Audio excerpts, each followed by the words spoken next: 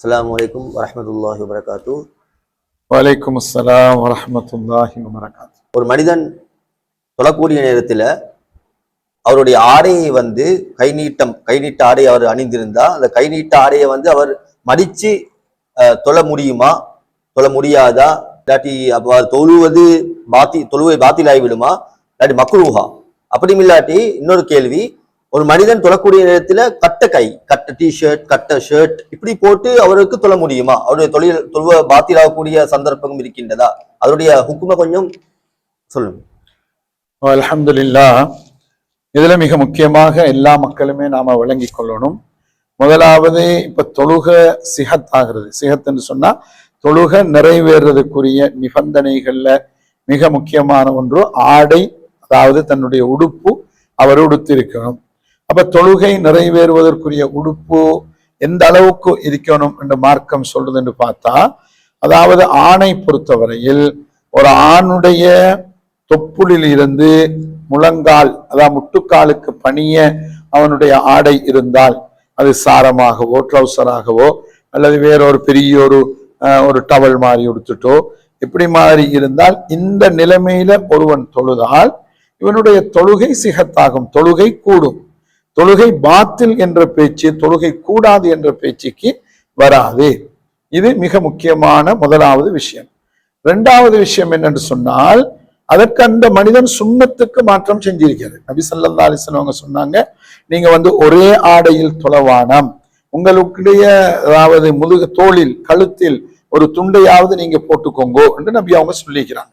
அதனால நாம சாதாரண ஒரு டிஷர்ட்டையோ ஒரு சாதாரண ட்ரௌசரையோ அல்லது ஒரு சாரத்தையோ எடுத்துக்கொண்டு தொழுறதை விட மேல் ஆடையாக ஒரு ஷர்ட்டையோ டிஷர்ட்டையோ அல்லது ஒரு துண்டையோ ஒரு டவலையோ ஏதாவது ஒன்று போட்டுக்கொண்டு அவன் தொழும் போது அந்த சுண்ணத்தையும் அந்த மனிதன் பேணுகிறான். அதனால இப்ப சுண்ணத்தை போனால் அங்க ஒரு நிரப்பமான ஒரு நன்மை அவருக்கு கிடைக்குது. அதே நேரத்துல இன்னொரு கேள்வி கேட்டீங்க, இப்ப கை கட்டையா இருக்கக்கூடிய டிஷர்ட்டை போட்டு தொழுதால் அல்லது கை கட்டையா இருக்கிற இந்த ஷர்ட்டை போட்டு தொழுதால் தொழுகை பாத்தில் ஆகிருமா என சில மக்கள் அப்படி பேசுறாங்க. இனி அந்த அடிப்படையில இந்த கை கட்ட ஷர்ட் போட்டதுக்கும் அல்லது டிஷர்ட் போட்டதுக்கும் தொழுகைக்கு பாத்தில் ஆகுன்ற பேச்சு இல்லை. பாத்தில் என்றதே பெரும் பிழை, அப்படி சொல்லவே கூடாது. வேணுமென்று சொன்னா இந்த இடத்திலே இமாம்கள் சொல்லுவார்கள், அதாவது கையையும் மூடி பொதுவாக நீள கை ஷர்ட்டோ அல்லது ஜுப்பாவோ அப்படி போட்டு தொழுகிறது முஸ்தஹப்பானது, விரும்பத்தக்கது என்று சொல்லுவாங்க. அப்படி நீங்க திறந்து கொண்டு தொழுகிறது மக்ரூஹுன்னா விருப்பத்திற்கு உரியதல்ல அல்லது வெறுப்புக்குரியது என்று நாம சொல்லுவோம். ஆனால் இந்த விஷயத்துல கவனிக்கணும், ஒன்றுமே இல்லாத ஒரு மனிதன் தான் ஆரம்ப விஷயம்.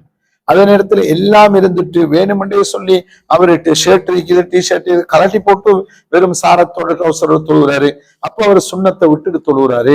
அது ஒரு மக்ரூஹ் அந்த அதாவது வெறுப்புக்குரிய ஒரு செயல். அதே போல கையை நல்லா மடிச்சு இது பண்ணி தொழிலும் வேணும்னு சொல்லி கையை வச்சுட்டு தொழுகிறாரு, அப்ப அது விரும்பத்தக்க ஒரு செய்தியாக இல்லை. அதனால எல்லாரும் இந்த ஹுர்மத் கண்ணியம் என்று தொழுகையில கண்ணியம் பண்ணணும். அந்த அடிப்படையில தான் தொப்பி போடுறது சுன்னத் என்று நாங்க சொல்றோம். இமாம்கள் அறிஞர் பெருமக்கள் சொல்லியிருக்கிறாங்க.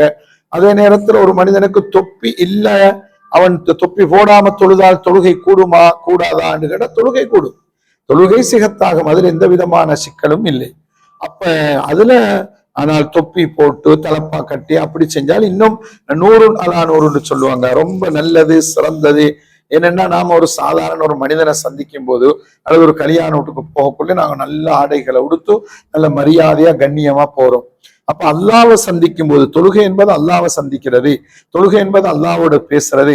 அந்த நேரத்துல சும்மா சாதாரணமாக இருக்கிற பழைய உடுப்பு உடுத்துக்கொண்டு ஒரு வகையான அசிங்கமான உடுப்புகள் உடுத்துக்கொண்டு தொழுகிறது என்ற அவ்வளவு ஹுருமத்தில் மரியாதை அல்ல.